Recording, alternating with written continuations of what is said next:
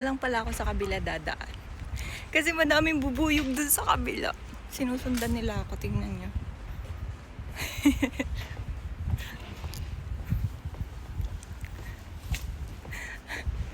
Nakakainis yung mga bubuyog. Hindi ko alam kung langaw ba yun o bubuyog.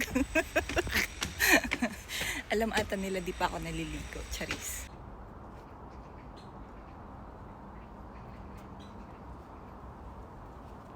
Sarap mabuhay. Kuha tayo na. Baka may tao. Pero hindi naman siya bawal. Walang sign na nakalagay. Pero yeah, kuha lang.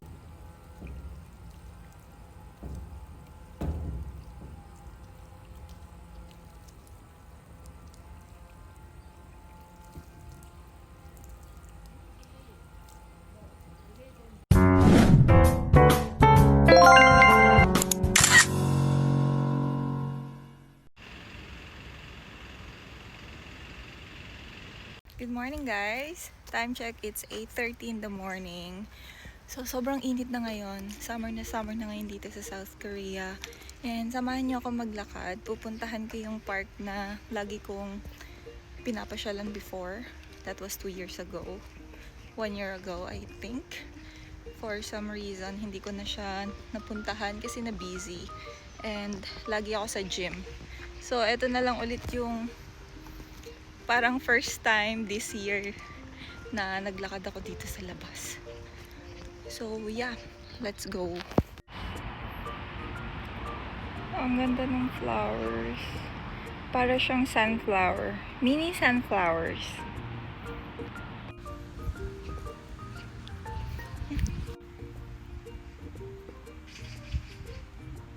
This one too is so pretty. Guys, tingnan nyo, may makikita kaya kayong 4 clover leaf dito. Talasan nyo yung mata nyo.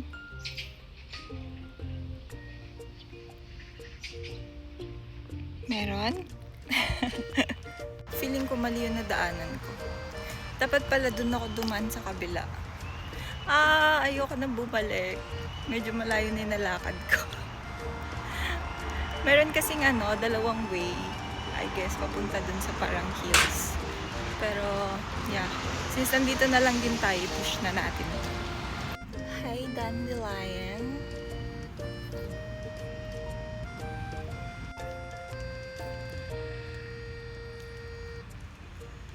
Ang ganda ng painting, guys. Tingnan nyo.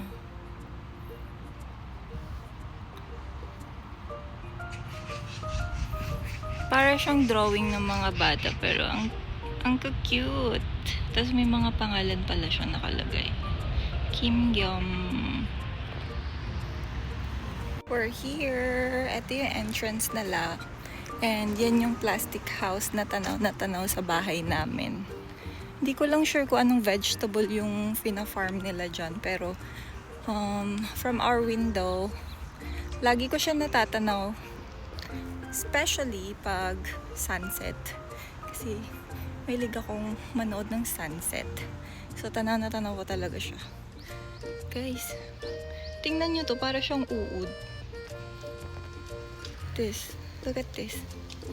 Bulaklak siya ng pine tree. Mukha siyang uod. Ganda.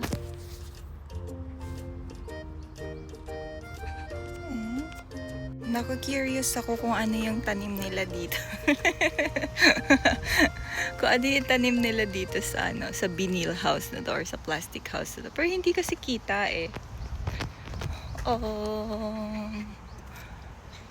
Wala, hindi natin makikita. Pero yep. Pero dun sa labas meron din silang mga tanim. Parang cabbage ata yun.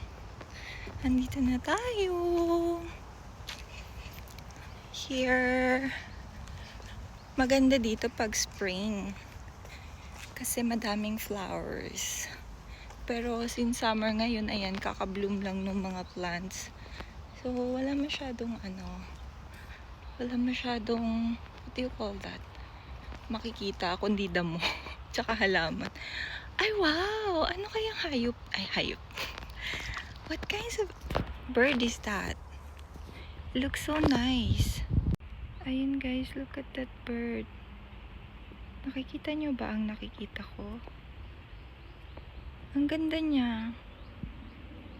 Lapitan natin. Lapitan as if di siya lilipad, no?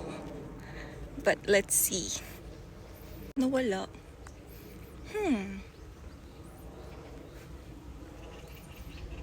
Para siyang ostrich? No, para siyang peacock, guys. Pero maliit. It's so pretty.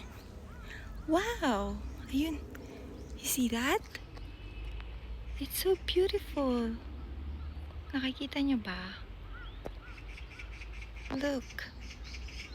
Parang ang dumi ng phone ko. Fairness, ang sakit sa balat ng init, ha? So, dito ako aakyat sa bridge na to, papunta dun sa mini hills na sinasabi ko kanina. Look at this, guys. It's so nice. Ang tagal na nitong ano na to. Ano kayang kahoy yung ginamit nila dito? It looks so strong. Look at that tree. Para siyang star apple. Diba? Para siyang kay Mito. Pero dahil hindi tropical country yung Korea, wala silang star apple. Aha! It's a palm tree. Ayan, madami siyang bunga. Nakikita niyo ba yung nakikita ko? Charis. Madami siyang bunga. Pero mataas. Siguro naubot na ng mga tao yung mga mabababa dito. But yeah. Ayun, merong isa. Pero hindi ko siya abot. May plano pa nga manguha, ano.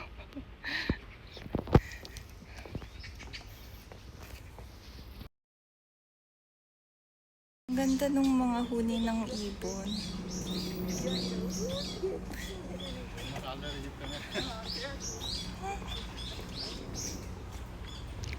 Ang laki nung gagamba, guys. Look at that.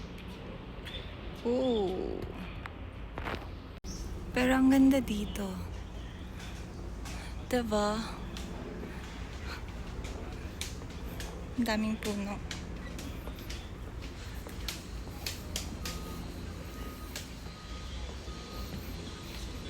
Let's go this way.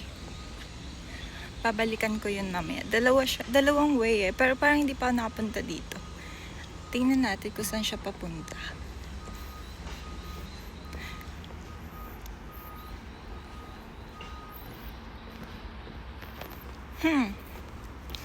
Ano kayang meron dito? And hala, parang ang layo.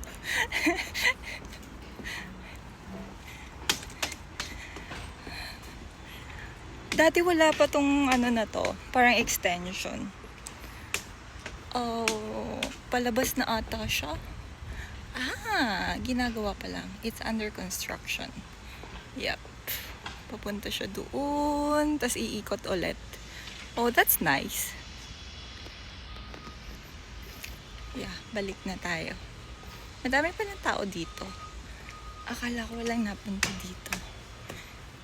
And it's really pretty here.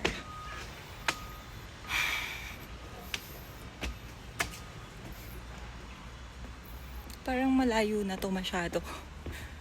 Wait, let's see. Bumalik ako, guys. Dito na lang pala ako sa kabila dadaan. Kasi madaming bubuyog dun sa kabila. Sinusundan nila ako, tingnan nyo.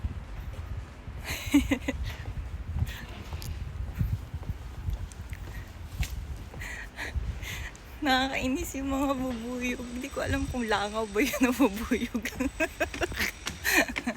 Alam ata nila di pa ako naliligo. Charis. So, dito muna tayo pupunta. Wow. It's so pretty.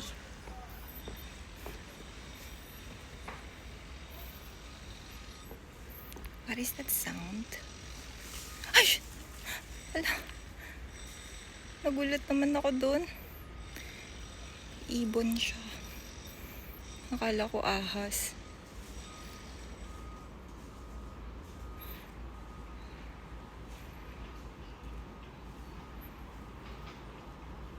Ang gaganda ng ibon nila dito.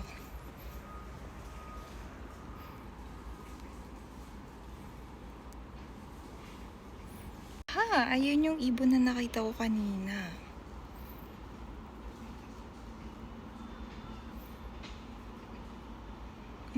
Kaso nakatago siya. Let's go! Ay, nawala na yung shed dito. Ay, ayun. Meron pa pala.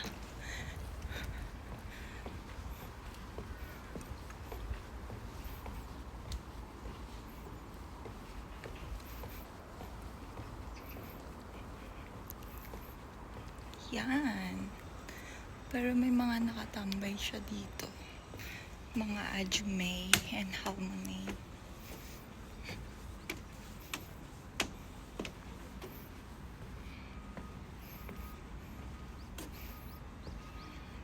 Sarap maupo dito. Lalo na pag hapon. Tapos nakikita yung sunset dun. Taran!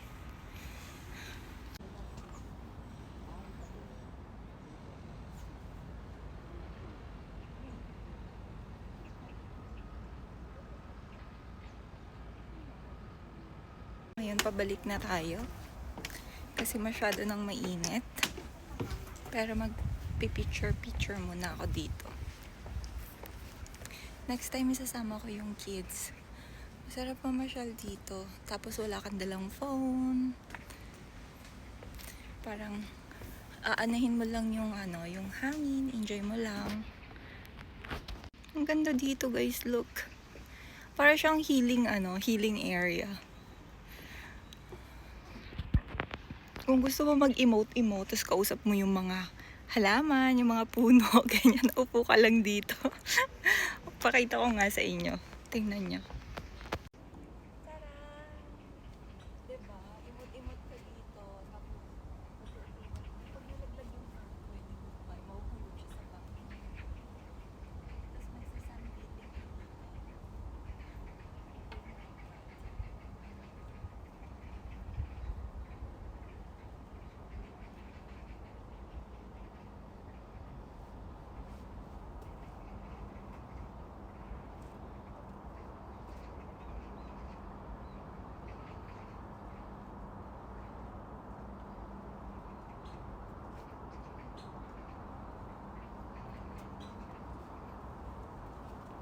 Sarap mabuhay. Pero pag nalaglag yung phone,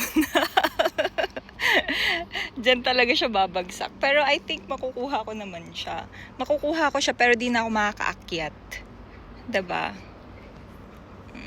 Ano kayang puno to? Ang dami niyang flowers. Pabalik na ako ng bahay. Ang dami kong na-shoot na picture. Yun lang talaga yung pinunta ko dito, charis. Ayan, dito ako dadaan sa kabila. Doon ako dumaan kanina, ngayon dito ako dadaan sa kabilang way. Ito yung daanan ng sasakyan. Pag yung mga mamamasyal dito, dito sila dumadaan. Look at these flowers.